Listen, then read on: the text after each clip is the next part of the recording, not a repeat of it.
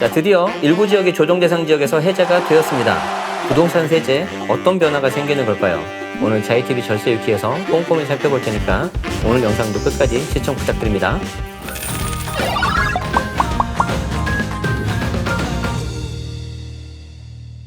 대표님, 생각보다 조정 대상 지역 해제가 많이 이루어지지 않았어요. 아, 네. 거기에 대해서 좀 의미를 좀 이렇게 궁금해 하실 텐데 6월 30날 첫 주거정책심의위원회가 진행이 됐고 대구 그리고 여수, 순천, 광양 일부 지역에 대해서 이제 조정 대상 지역이 해제가 됐어요. 물론 투기과열지구에서도 좀 해제가 된 게 있는데 투기과열지구는 대부분 대출, 청약, 정비사업 이런 쪽이거든요. 우리가 이제 세법에서 여러분들이 관심을 가지시려면 조정 대상 지역인지 아닌지 이거부터 좀 보셔야 됩니다. 조정 대상 지역에서 해제가 되면 어떤 부분이 좋아지나요? 자, 일단 양도세에 있어서 가장 큰 변화가 생깁니다. 조정 대상 지역에서 해제가 됐다. 일단 몇 군데 지역이 해제가 됐으니까 해제된 걸 중심으로 제가 설명드릴게요. 조정 대상 지역에서 해제가 되잖아요. 그러면 이게 규제 지역에서 좀 풀린 거란 말이에요. 풀리고 나서 취득을 하시는 게 좋아요. 자, 그림을 좀 먼저 보시면 조정 대상 지역에서 일부 지역이 해제가 됐지 않습니까? 그리고 나서 내가 매수, 취득을 하면 이때는 보유만 해도 비과세가 됩니다. 즉 2년 이상만 보유를 하면 비과세가 돼버려요.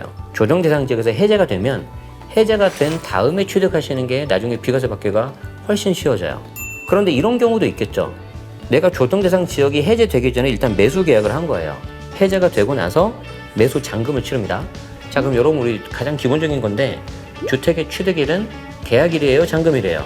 잔금일과 등기 접수일 중 빠른 날. 자, 그럼 원칙이 어떻게 되는 거죠? 계약일이 아니라 잔금일이 취득일이 되고 잔금 당시에 조정 대상 지역에서 해제가 됐기 때문에 비조정 대상 지역이란 말이에요. 자, 그러면 이 경우에도 똑같이 앞에서 본 거랑 똑같이 보유만 해도 비과세가 가능하다. 여기서 많이 헷갈리시는 거 하나. 그러면 내가 취득 당시 조정이었는데 나중에 팔 때 비조정으로 해제가 됐습니다. 그러면 거주 요건이 붙나요, 안 붙나요? 이건 붙죠. 이미 취득 당시에 조정이면 2년 거주. 이거는 끝까지 따라가는 겁니다. 단 비과세에 있어서. 양도도 마찬가지예요. 조정 대상 지역에서 해제가 되고 나서 내가 팔았다. 매도 계약, 잔금까지 쳤다. 이 경우에는 비록 다주택자라 하더라도 양도세 중과가 들어가지 않는데 최소한 2년 이상은 보유해야 된다. 매도도 마찬가지입니다. 조정 대상 지역이 해제되기 전에 매도 계약서를 써요. 그리고 나서 실제 해제가 되고 잔금을 치렀다. 그러면 원칙이 잔금일이기 때문에 잔금일 기준으로 비조정이잖아요. 그래서 일반 과세가 가능한데, 자, 취득 당시에 거주 요건하고요. 1세대 1주택 고가주택 거주 요건이 두 개가 다릅니다. 조정 대상 지역으로 해제되기 전에 내가 조정 대상 지역 당시에 내가 취득을 하면은 이때 비과세 받을 때는 거주 요건이 들어가죠. 이때는 비과세를 받기 위한 거주 요건인데 취득 당시로 판단을 해요. 그런데 1세대 1주택 고가주택 장기보유 특별공제 받을 때는 2020년 1월 1일 이후에는 무조건 거주를 해야 됩니다. 2년 거주. 이때 거주는요, 조정, 비조정 상관이 없어요. 이걸 꼭 구분하시기 바랍니다. 그리고 또 바뀌는 부분들이 있나요? 이거 말고도 굉장히 많아요. 만약에 조정 대상 지역에서 조정 대상 지역으로 이동을 하면 일시적 1주택 비과세가 우리가 1년에서 2년으로 좀 완화가 됐잖아요. 그런데 만약에 이 중에 하나라도 비조정이 생기면은 이때는 그냥 종전처럼 3년 내 매도하시면 돼요. 그렇기 때문에 중간에 하나라도 비조정이 끼면은 훨씬 수월한 거고요.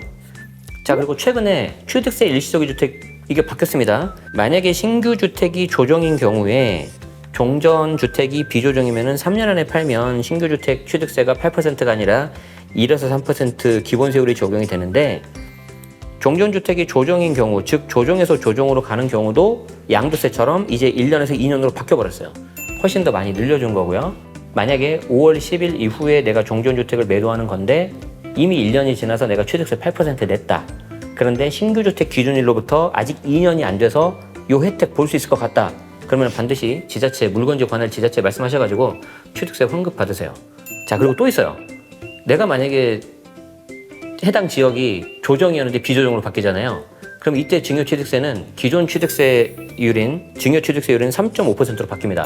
조정 대상 지역이고 공시가 3억 이상이면 12%로 올라갔거든요. 다만 이게 조정에서 비조정 바뀌면 이제 증여하는 것도 훨씬 더 수월해진다. 또 있습니다. 종부세 세율 같은 경우에 있어서 주택 수요에 따른 종부세 세율이 조정 2주택이거나 아니면 지역 상관없이 3주택이면은 1.2에서 6.0% 훨씬 더 많은 세율이 적용이 되거든요. 세율만 보면 대략 한 2배 정도 올라간 것 같아요. 그렇죠? 그런데 실제 세부담은 막 4배, 한 5배 정도 됩니다. 그렇기 때문에 이 종부세 중과세율을 어떻게든 피하시는 게 좋은데 아직 확정은 안 되는데 정부에서도 이제 주택수에 따른 차등과세가 아니라 가액으로 세율을 좀 이렇게 맞추려고 하는 움직임이 포착되고 있으니까 조금 더 기다려 보시죠. 그럼 혹시 분양권 같은 경우 규제 지역 해제가 되면 어떤 변화가 일어나나요? 분양권 같은 경우에는 좀 이렇게 조심스럽게 접근하셔야 되는데 투기과열지구가 해제가 되면 대출이나 청약 같은 거에 있어서 조금 이렇게 풀리는 경우도 있어요. 대출도 좀 나오고 예를 들어서 대구 수성구 같은 경우 이번에 투기과열지구에서 해제가 됐잖아요. 그런데 대구 같은 경우는 광역시급이기 때문에 전매 금지는 계속해서 되는 걸로 제가 알고 있고 조정 대상 지역이기 때문에 실제 거주를 해야 나중에 비과세를 받을 수 있어요. 정리를 해보자면은 예를 들어서 대구 수성구 같은 경우에는 그래도 대구의 강남이잖아요. 그런 경우에 어차피 내가 비과세 받으려면 실거주를 해야 되고 그래서 금액이 정말 낮고 내가 가용할 수 있는 수준이다. 그런 어떤 실거주자 분들은 조금 접근해 볼 수가 있겠죠. 자, 그리고 분양권 양도세율 조심하셔야 되는데 21년 6월 1일 이후에 매도하는 분양권 같은 경우에는 조정, 비조정 상관없이 1년 미만 70%, 보유기간, 그리고 1년 넘으면 60%. 그러니까 기간 상관없이 70%, 60%이기 때문에 굉장히 좀 조심하셔야 된다는 것도 함께 알아두시면 좋겠습니다. 대표님, 그럼 마지막으로 조정 대상 지역 해제가 시장에 어떤 영향을 미칠까요? 제 개인적인 생각은 이렇습니다. 정부 입장에서는 일단 조정 지역을 풀더라도요. 지방 혹은 외곽 지역을 먼저 좀 풀 것 같아요. 일종의 테스트를 좀 해보겠죠.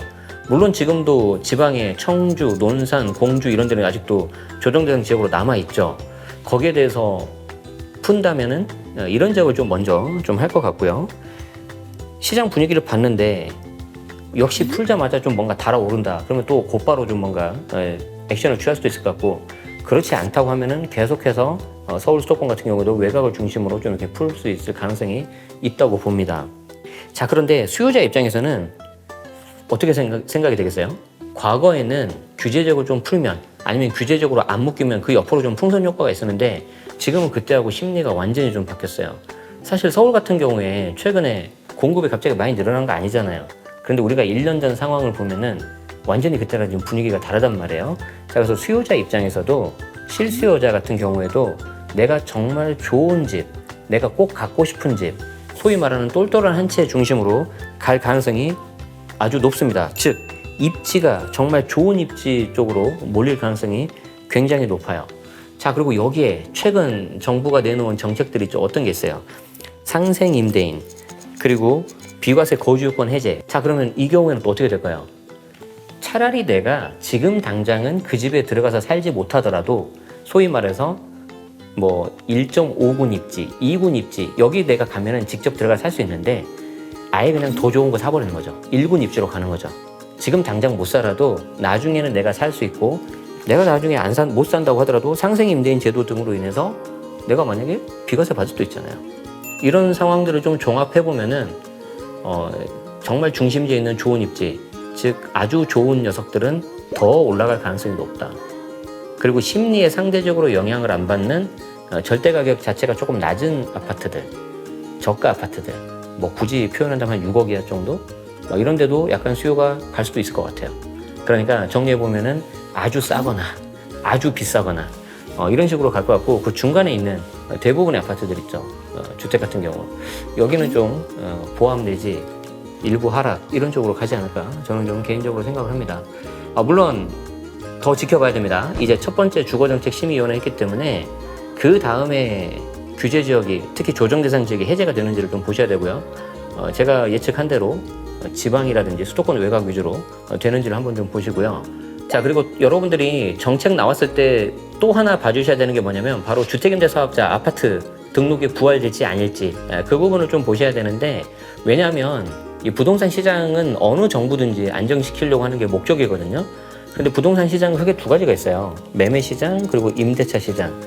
매매 시장은 서울 같은 경우에는 공급이 좀 원활하게 가야 되기 때문에 좀 시간이 걸립니다.